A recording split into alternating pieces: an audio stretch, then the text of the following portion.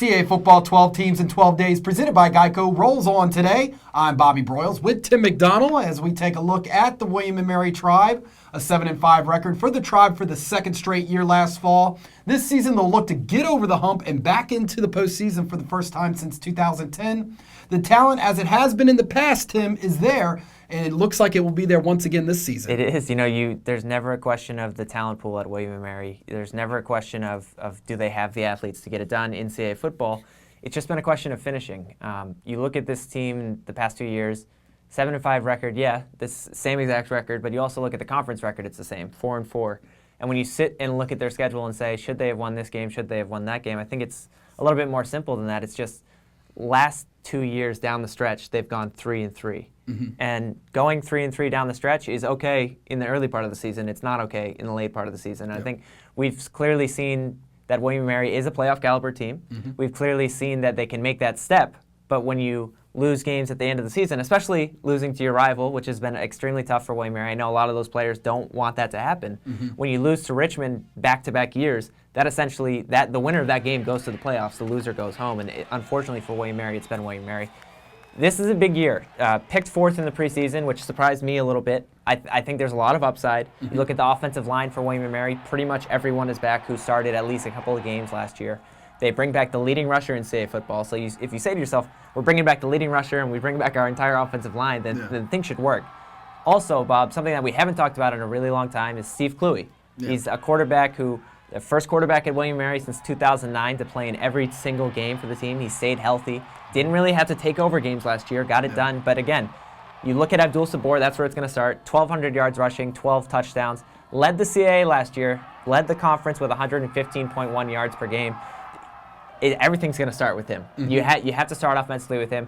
You do look at the progression. Yes, you lose Trey McBride, who's one of the best wide receivers in William & Mary history, but Kluwe is back another year under his belt, and enters the season, more importantly, knowing he's the full-time starter. It's going to start with Abdul Sabor, but it's nice to have some key places back. Yeah, and it's been rare in our 12 teams and 12 series this year. We haven't talked about a returning quarterback. I feel like we've been talking about quarterback battles. It hasn't been a theme. I know. It's been Groundhog Day. I don't know.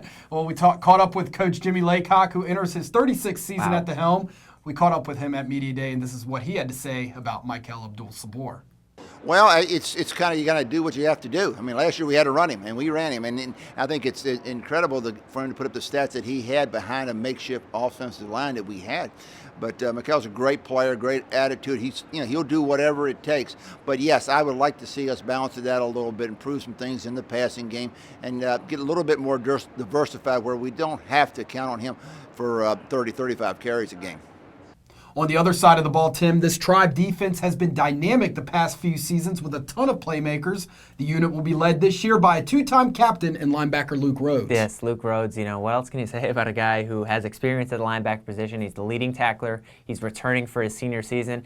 And like Luke Rhodes, even talking with him at Media Day, a lot of these Tribe players on defense especially, I think this is a year that they have to prove some things. Mm-hmm. I think last year you look at that defense and we talked about how scary that defense can be, and the stats just didn't line up for the players. We know they lose Mike Riley, we know they lose Eric Green, a couple of guys who played a lot of snaps for them, but you bring back a ton of guys. You look at DeAndre Houston-Carson, who's one of the best DBs in this conference. You look at Jared Velasquez, who's one of the best safeties, and Luke Rhodes at the linebacker position. I mean, that's 7.5 tackles for loss, 4 sacks, and a guy who's played a lot of football for William & Mary in the past years. But again, this is a huge season for William & Mary's defense because I think they have to get back and prove themselves. And I think they have to do that. It's going to take small steps, but look at scoring defense last year. William & Mary was 5th. Rush defense, they were 5th. Pass defense, they were 11th. And that's something that we thought was going to be a strength. Yep. Looking at their schedule, every loss that they had last year, the opponents scored at least 30 points. So that's just something that we're not accustomed to William & Mary going through.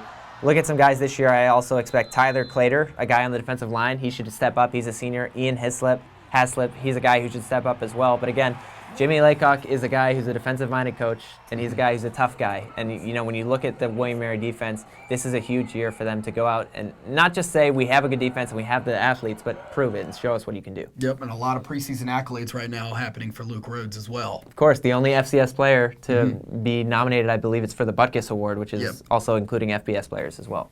Here is Jimmy Laycock again singing the praise of his All-American linebacker, Luke Rhodes. Luke is more than ready. In fact, Luke has been doing it for 2 years.